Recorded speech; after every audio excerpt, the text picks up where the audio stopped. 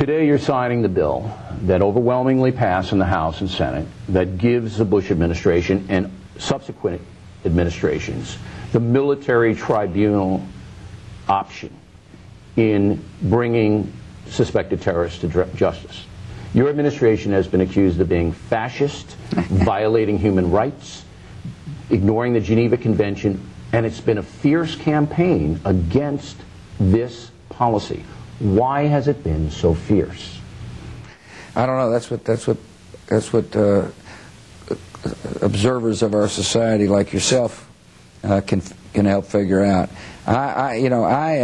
Look, after 9/11, I vowed to protect this country, and when we pick up somebody on the battlefield, we want to know what that person knows.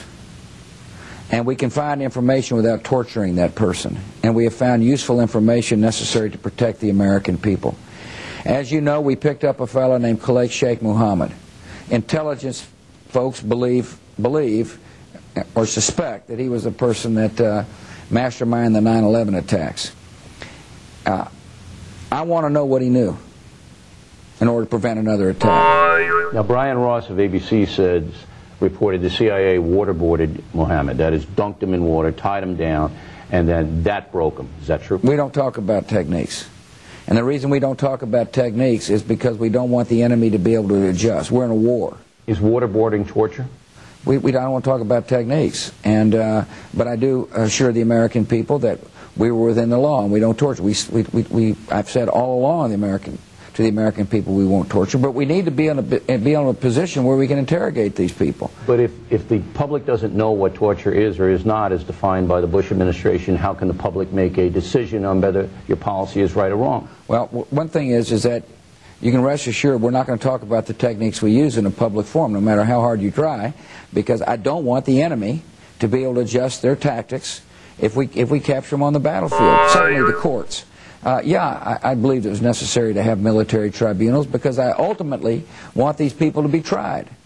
And it took a while to get these tribunals in place. The Supreme Court ruled that the President didn't have the authority to set up these courts on his own, that he needed to work with Congress to do so, and we did. What's interesting about these votes that took place in the Congress is the number of Democrats that opposed questioning people we picked up on the battlefield. And I think that's an issue that they're going to have to explain to the American people. What's wrong with civilian courts? What's wrong with doing what you did to Moussaoui? Because a lot of times there's intelligence involved that would, if exposed, would make it very difficult for us to beat the enemy, to prosecute this war. And the tribunals of people are going to have lawyers, but it enables us to protect certain intelligence, and the American people understand that. Let me read you what Hillary Clinton, who could be the nominee for president in 2008 on Democratic side, said about this bill that she voted against, this detainee bill you're signing today. Quote, "If enacted, this law would give license to this administration to pick people up off the streets of the United States and hold them indefinitely without charges and without legal recourse." Unquote. You mean pick the enemy up off the streets? She says people. Pick people up off the streets. I don't know who she's talking about, but this law will enable us to find people who would like to kill Americans, Al-Qaeda affiliates, and be able to find out their plans and be able to more protect this country. I have no idea who she's talking about. Think Hillary Clinton's soft on terrorism? I think, first of all, it's very important for me never to question anybody's patriotism. I believe there's a group of people here in Washington, however, who have a different view of this war. They view it as a law enforcement matter. I view it as war. I'm never going to question anybody's patriotism, but I am going to say there's a different point of view here in Washington, D.C. And the American people, they got a choice to make coming this November. And I believe the choice is stark and clear. And I believe that my party and our candidates are going to best put policies, would be better positioned to put policies in place that will enable us to protect the American people from an attack. The Taliban has obviously resurrected itself. Their sanctuaries are in Pakistan. You just recently had Musharraf here at the White House. Why can't Musharraf wipe these Taliban guys out? I had a very good discussion with both President Musharraf and President Karzai at the same dinner table. And one of the topics we discussed is how do we deal with Taliban leaders who may be hiding in Pakistan. And the answer is good intelligence sharing. And President Musharraf made the commitment that upon good actionable intelligence that he will take care of the the leaders of the Taliban. You believe that? I mean, it's been years. I do believe it. But he hasn't done anything for years. Well, it's not true. He's actually doing a lot. And you don't think his army could go up and pacify those areas? I think it's much harder than you think. I think in order to find individuals in those areas, it's going to require good intelligence. He's been very effective on Al-Qaeda.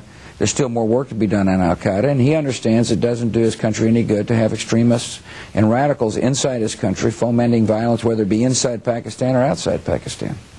Taliban is financed by poppy sales, heroin trafficking. Yeah. Why doesn't the United States destroy those fields? We're working with the sovereign government of Afghanistan to do just that. They went with a strategy that was pretty effective in some provinces, not very effective in Helmand province, for example. I spoke to President Karzai about this. I said, look, it doesn't make any sense for us to be trying to help your democracy succeed, and you've got major poppy growers growing. And so they've got a new eradication program that he's going to try out this upcoming year. Again, you know, it's year after year, and we don't see a lot of results here. Well, actually, got a big air base at Bagram. No, I know. But some provinces they actually made very good progress in, but not this one. And there was one province really led the way in terms of increased poppy cultivation, and we just got to deal with it. All right. I think the bottom line is this crazy insurgency on the Islamo-fascists, as I call them. It's never going to end. Well, I think, in our lifetime. Well, I think that's an interesting question, an interesting point.